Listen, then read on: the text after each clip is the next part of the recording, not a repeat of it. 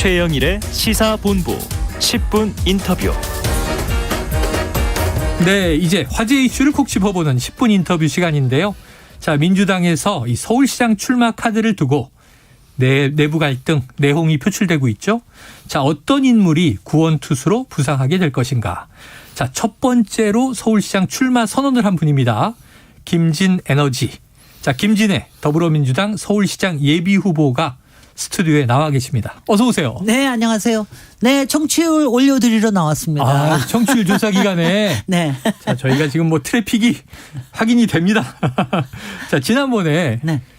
김진 에어컨이셨잖아요. 그러니까 제가 김진 에어컨하고 김진 에너지 별명이 두 개인데. 아, 그래요? 그 두 개를 이제 왔다 갔다 하면서 쓰는데. 네네네. 이번에 선거에서는 김진 에너지를 많이 씁니다. 왜냐하면 네네. 이제 서울시도 에너지가 굉장히 필요하고 그렇죠. 또 에너지라는 얘기를 들으면은 굉장히 기분 좋아들 하세요. 네네. 네. 그러니까 김진 에어컨 같은 거는 이제 가령 윤석열 전 검찰총장에 쓸 때나 그럴 때 쓰고 오세훈 이제 시장 지금도 시장인가요? 네, 현 시장이죠. 현 시장. 네네. 아니 이제 저기 나와야 되지 않나요? 이제 선거 기간이 되면. 네네. 그래서 그럴 때만 에어컨 쓰고 평소에는 이제 여러분들 이제 시민의 편에서 에너지가 되도록 하겠습니다. 그러니까 상대를 향해서 좀 속 시원한 이야기를 할 땐 에어컨. 네. 그리고 이제 시민들에게 기운을 주실 땐 에너지. 그렇습니다. 알겠습니다. 네. 자, 가장 이 뜨거운 얘기부터 여쭤볼게요. 법사위에서 활동하시기도 했잖아요. 네. 자, 한동훈 사법연수원 부원장에 대해서 검언 유착 무혐의 결론이 났습니다. 네. 어떻게 보셨습니까? 아니 그거는 사실은 이제 이게 뭐냐면 유권 무죄 아닌가 이런 생각이 드는데. 유권 무죄. 네네. 유전 무죄가 아니라 유권 이제 권력이 생기니까는 이제 그걸 한 게 아닌가. 왜냐하면 이제 그 부분은 다들 알고 계시는데 그래도 검사장 출신이라는 분이 가장 주요한 핸드폰. 비번을 내놓지 않아서 아직도 비번의 증거를 찾지 못하고 있지 네네. 않습니까? 근데 이런 증거도 확인하지 않고서는 무혐의를 한다라고 하는 게 저는 상당히 문제가 있다고 봅니다. 그래서 이게 특히 윤석열 당선인 이후에 생긴 문제라서 더 이제 좀 의심을 네네네. 할 수가 있지요. 국민들도 아마 석연치 않아 하실 겁니다. 석연치 않을 것이다. 유권 무죄로 네. 해석한다. 이렇게 말씀하셨어요. 자, 그래서 이제 윤석열 당선인이 이제 대통령으로 5월 10일에 취임을 할 예정이고 네. 이런 흐름이다 보니까 최근에 이제 터져 나오는 흘러간 좀 정치적인 사안들에 대해서 네. 재환기되는 사건들이 일부 있습니다. 또 조국 전 법무부 장관의 딸 조민 씨에 대해서 네. 부산대 의전원 입학 취소 결정이 났습니다. 네. 근데 이게 7개월여를 끌다가 결론은 대선 이후에 나오다 보니까 또 신구 권력 이양에 대해서 대학도 눈치 보는 거 아니냐 이런 얘기도 있는데 어떻게 보세요? 아니, 그러니까 모든 사람들은 눈치를 보지 않을래야 할 수가 없죠. 저는 모두가 그게 본다? 뭐 이제 그 세상에 일어나고 있는 일이니까. 그리고 대법원 판결까지 났기 때문에 부산대에서는 이제 나름대로 할 수 있는 걸 하는데 원천적으로 상당히 이런 사소한 일을 가지고 이렇게 일을 키워서 이렇게까지 해야 되나 이런 거에 대해서는 또 국민들이 네. 야 이게 저게 내일이었으면 어땠을까. 과연 조국 전 장관이 법무부 장관이 아니었어도 이랬을까. 네네. 그 당시에 윤석열 전 검찰총장이 거기에 있지 않아도 이런 일이 생겼었을까. 이런 부분에 대해서는 의아해 하시는 분들이 굉장히 많다고 저도 생각을 합니다. 그래요. 알겠습니다. 자, 이제 본격적으로 서울시장 도전하셨으니까 네. 여쭤보면 공식 출마 선언하시고 일주일이 지났어요. 네. 그럼 어떻게 준비하고 계십니까? 저는 준비가 다 됐습니다. 저는 완벽하게 작년에도 저는 완벽하게 준비가 네. 다 되어 있는 게 지난해 재보선 때도 작년에 나오셨으니까. 재보선 때 열린민주당의 서울시장 후보였고 네네. 또 후보 단일화를 더불어민주당하고 해서 네. 당시에 박영선 후보가 이겼죠. 그래서 제가 그때 국회의원직 10달 만에 제가 국회의원직으로 사퇴하는 이런 일까지 했습니다. 그래서 지금 김의겸 의원이 들어간 그리고, 거고요. 네네. 그리고 지난 1년 동안도 저는 뭐 서울에 대해서는 평소에도 항상 공부를 하고 있으니까 네. 지난 또 1년 동안 여러 가지 오세훈 시장이 어떻게 하고 있는지도 잘 분석을 해놨고요. 네. 그리고 공약도 다 만들어놨고 프레젠테이션만 이제 상대에 따라서 어떻게 할지 그만 생각을 하고 있는데 아니 근데 하나도 상대가 안 나오는 거예요. 네. 그러니까는 전혀 달아오르질 않으니까 네. 그러니까 굉장히 속상해하고 있는데 근데 저는 이제 민주당의 지금은 이제 송영길 네네. 지금 의원이 나오신다고 하는 거 오늘 보니까 등록하신다 이렇게 얘기를 하시는데 예. 뭐 이것 때문에 분란도 많고 그렇지만 네. 저는 좀 비겁하다는 생각을 좀 했어요. 왜냐하면 비겁하다? 서울시장에 관심이 없는 사람은 없습니다. 아, 그래요? 사실은 이제 여러 사람들이 있어요. 네. 그런데 왜 이렇게 재고 빼고 눈치 보고 하느냐. 물론 저는 사실은요. 저도 물론 이제 우리가 지고 난 다음에 어떻게 하느냐를 고민을 했습니다. 네. 그런데 저는 닷새 만에 결정을 했어요. 닷새가 언제였냐 하면은 윤석열 당선인이 광화문 시대가 아니라 용산 시대로 하겠다라는 거 할 때. 처음 얘기 나올 때. 네. 그때 이거 수상하다. 그러면서 이제 그때부터 준비를 이제 출마 선언 막 하기 시작을 했고 완전히 결정을 한 거는 열하루 만에 제가 네네. 정확한 날짜 당선인 열하루 만에 그 용산 그 눈속임 조감도 가지고 윤석열 후보가 나와서 일요일 윤석열 오전이었죠. 당선인이 나와서 네. 그 용산 발표를 시대를 하죠. 하겠다. 그쪽으로 국방부 건물을 쓰겠다. 이때 했을 때 저는 딱 마음의 결정을 했습니다. 이거는 그냥 놔둘 수 없다. 이건 나서야 된다. 그리고 이걸 하는 데는 서울시의 역할도 굉장히 중요하다. 이럴 때 여러분께서도 왜 국무회의에서 제가 왜 법사위에서도 손 들고 얘기하는 거 보셨죠? 아유, 맞습니다. 네. 손 들고 김진 에어컨 바람을 네, 했는데 네. 서울시장은 유일하게 국무회의에 들어가죠. 수 있는 맞습니다. 위치입니다. 네. 그래서 제가 국무회의에 들어가서 손 들고 손 들고. 필요한 일을 할 말을 제대로 하는 서울시장이 돼야 되겠다. 이런 결심을 가지고 저는 그때 이제 완전히 출마 결심을 했습니다. 아니, 그러니까 그러면은 그러고 나서도 벌써 꽤 지났죠. 궁금한 게 네. 용산 시대 선언했을 때 이거 수상하다 그러셨는데 네. 어떤 점이 수상하셨던 거예요? 아니 그러니까 처음에 얘기 나왔을 때 왜냐하면 광화문 시대는 이제 공약이었으니까 계속 공약을 얘기했었죠. 폐기했는데 아무도 얘기 안 하는데 청와대를 돌려주겠다는 얘기하고 용산 얘기할 때 그때 수상하다고 생각을 한 거고요. 네. 그다음에 이제 다시 열하루째 용산이라고 결정한 거는 그건 말이 안 된다고 생각을 했고요. 왜냐하면 이렇게 국가 중대지사를 당선인의 개인 취향에 의해서 개인의 네. 결단에 의해서 할 수는 없습니다. 더군다나 제가 여기서 안보 문제나 이런 얘기는 안 하겠습니다. 네네네. 거기 워낙 얘기를 많이 했으니까. 그렇죠. 저는 순전히 서울시의 입장에서만 얘기를 하겠습니다. 저는 당시에도 오세훈 시장이 뭐 30분 들어가서 얘기를 했다. 좀 신중고 해달라. 뭐 이렇게 얘기를 했다는데 너무 눈치 보는 거 아니에요? 서울시장이 됐으면은 적어도 시민들 앞에서 어떤 문제가 일어날 수 있습니다. 라고 얘기를 하고 이거는 어떤 과정을 거쳐서 결정이 돼야 됩니다. 이런 얘기를 할 수 있어야 서울시장이지. 왜냐하면 용산에 대통령실이 가면은 서울의 기본적인 도시 계획의 틀이 달라져야 돼요. 그다음에는 용산 공원도 완전히 계획도 기본적으로 달라져야 됩니다. 특히 용산의 개발에 대해서는 굉장히 많은 틀을 바꿔야 돼요. 그런데 그런 일을 갖다가 이렇게 놔두는 거에 대해서 분명히 얘기를 안 한다. 네. 그거는 서울시장이 해야 할 일을 제대로 안 하는 거다. 그거는 눈치 행정이다. 한마디로. 그러니까 여러분들이 4년 더 이런 눈치 행정을 보시겠습니까? 그래서 제가 그러니까 눈치 안 보는 네. 할 말은 하는 이런 서울시장이 확실하게 되겠다. 네. 이런 결심을 한 겁니다. 자, 김진애 예비 후보님은 국무회의 윤석열 행정부의 국무회의에 들어가서 당당히 손을 들고 서울시의 입장에서 할 말은 하겠다.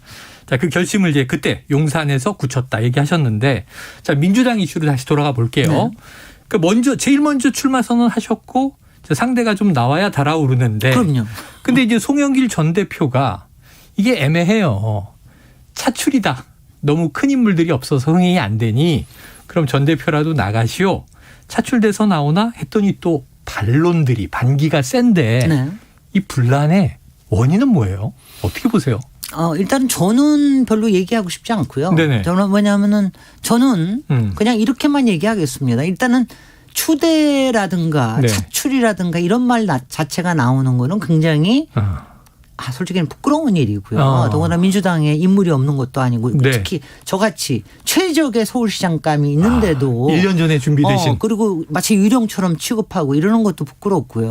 그러니까 그런 그 부분이 있고요. 그다음에는 이제 두 번째는 저로서는 네. 정치 거물이 나와야 그 정치 거물을 꺾어야 제가 확 올라설 수가 있습니다. 네네네. 그러니까 왜냐하면 저의 기본적인 작전은 뭐냐 하면은 뭐 제작전이 아니라 지금 바닥 민심이 그래요. 그러니까 지금 이제 젊은 친구들 커뮤니티에서 다 얘기하는 게 이번 서울시장에서 이길 수 있는 최대의 찬스는 김진애가 송영길을 꺾어서 이변을 일으켜서 대파란을 일으키고 네네. 오세훈의 민낯을 드러내고 오세훈을 토론해서 완전히 제압을 해줘야 그래야지 가능해진다. 더군다나 김진애는 솔직히는 이렇습니다. 그게 이제 여의도 정치의 문제인데요. 네. 특히 국회의원의 정치의 문제인데 여의도 정치는요 뭐냐 하면은 다선한 사람들 그다음에 무슨 당대표며 뭐 이런 거 한 사람 아니면 뭐 네. 장관이나 총리한 사람만이 이게 뭐가 있다 경륜이 있다 그러는데요. 네네네. 서울 시민들은 그런 사람들 안 좋아해요. 시민의 입장에서 네. 생각을 하셔야 되는 게 이것도 보죠. 그동안에 고건이나 조순이나 네네. 이명박이나 전 시장들 뭐 박원순 오세훈 다 보면은요. 정치력은 있었으나 상당히 비정치적인 이미지가 강했습니다. 아주 접니다. 그다음에 시대 정신에 딱 맞았었습니다. 당시에. 저도 그게 바로 접니다. 지금의 현재 시대 정신. 그다음에 글로벌한 것도 있어요. 네. 저는 뭐 글로벌합니다. 예. 타임즈가 꼽은 차세대 세계 리더 100인 중에 한 명으로 네. 꼽힌 사람입니다. 그러니까는 아니 이렇게 유력한 인물이 있는데 거기다가 저의 삶의 스토리는 사실은 저는 대중적인 셀럽이거든요. 네. 그러니까 뭐 가령 제가 출판도 많이 했고 작가시기도 하잖아요. 네. 방송에 많이 나갔고 또 알술신잡 그래서 나가서 그렇고 그러니까 제가 대중적 모든 택시 기사님들이 제 목소리를 알아보시거든요. 목소리가 또 독특하세요. 아니 왜냐하면 워낙 방송을 많이 들으시니까. 네. 그러니까 이런 거는 하나도 모르면서 자기네들 여태까지 했던 그 이른바 그 완장들 몇 선 했다. 그 완장 가지고 서울 시민의 마음을 얻으려고 하는 거 그거는 저는 네. 안 될 겁니다. 그래서 김진애가 필요합니다. 자, 그러면은 지금 아까 비겁하다 네. 얘기하셨는데 네. 당내에 다 서울시장에 관심은 있어요. 네. 근데 재구 있어요. 네. 그럼 이제 송영길 전 대표 이제 나오는 거는 기정사실화 된 거죠? 그런 것 같아요. 그럼 이제 꺾고 올라가면 네. 김진애가 뜬다. 그럼요. 또 다른 후보를 보면 누가 있을까요? 박영선 전 후보 나올까요? 여태까지 얘기 나온 게 박주민. 그다음에 의원. 박영선은 이제 이번에 다시 도전할까 아닐까? 네. 그다음에 정봉주 의원도 작년에 열린민주당에서 전환 경선했거든요. 봤습니다. 제가 네. 2대1로 이겼습니다. 2대1로? 네네. 그럼 뭐 이렇게 뭐 나오신다는 분을 막을 네. 필요는 전혀 없다고 생각을 하고요. 다 나와라? 네, 다 나오면 너무 많으면 예비 경선을 좀 하겠죠. 컷오프하는 거고. 컷오프로 하는 거로 하고 그래서 보통 한 3명 아니면 네. 4명 정도 해가지고 예. 본선을 하는 게 맞으니까는요. 그렇게 해가지고 경선을 붕업을 해야죠. 그러니까 경선을 붕업을 하는 게 굉장히 중요합니다. 네. 왜냐하면 더군다나 이번에는 그 2번을 찍고도 후회에 막급하시는 분들 많잖아요. 그죠? 그리고 아쉬워하시니까 서울 같은 경우가 4.9% 졌는데 네. 지금 더군다나 용산 졸속 이전 때문에 이게 얼마나 서울시의 악재인가를 네. 얘기를 잘해드릴 수 있는 사람은 김진애밖에 없어요. 제가 일부러 지금 많이 얘기 안 하고 네네네네. 있습니다. 그래서 그거를 얘기를 드리고 하면은 야, 저 사람 정도의 배포가 있어야 내공도 있고 배포가 있는 사람이 국무회의에 들어가야 되겠다. 그러니까 저는 용산 집무실 같은 경우에는 네. 저는 실제적으로 임시로 봅니다. 임시 집무실이다. 저는 어떤 경우에나 지금 5년짜리 대통령이 결정할 수 있는 게 아니고요. 5년짜리 대통령이 결정한다 하더라도 공론화를 통해서 결정을 해야 되고 그 네네. 과정에서 서울시도 입장을 굉장히 많이 밝혀야 되고 특히 서울 시민이 밝혀야 되고 그러기 때문에 이거는 임시 집무실에 불과하다. 그러니까 지금 오늘 한 예비비 한 300억 정도를 네네네 처리했죠 국무회의에서. 하여튼 안보에 문제가 없는 상황에서 당선인이 저렇게 청와대를 못 들어가겠다고 하니 하루라도 못 들어가겠다고 하니 그거에 대해서는 어느 만큼 그냥 좀 문재인 정부가 좀 받아들여주는 네네. 정도 이런 정도로 보지 저는 지금도 뭐 졸속이라고 보고요. 예. 억지라고 보고요. 네네. 그다음에 서울시에는 악재고요. 그래서 이거는 임시 집무실에 불과하게 될 것입니다. 알겠습니다. 네. 자, 민주당 내에 나올 사람 다 나와라. 경선판은 커질수록 좋다. 그럼요. 축제다. 네. 저는 그런 말을 했는데 그 송영길 대표가 이걸 독배를 마시는 심정으로. 맞아요. 그래서 저는 아니 그렇게 비장하게 하시면 안 됩니다. 서울시장에 대한 도전은요. 저는 축배라고 생각합니다. 축배다. 축배를 한다는 거로 해야지 이걸 네. 독배라는 심정으로.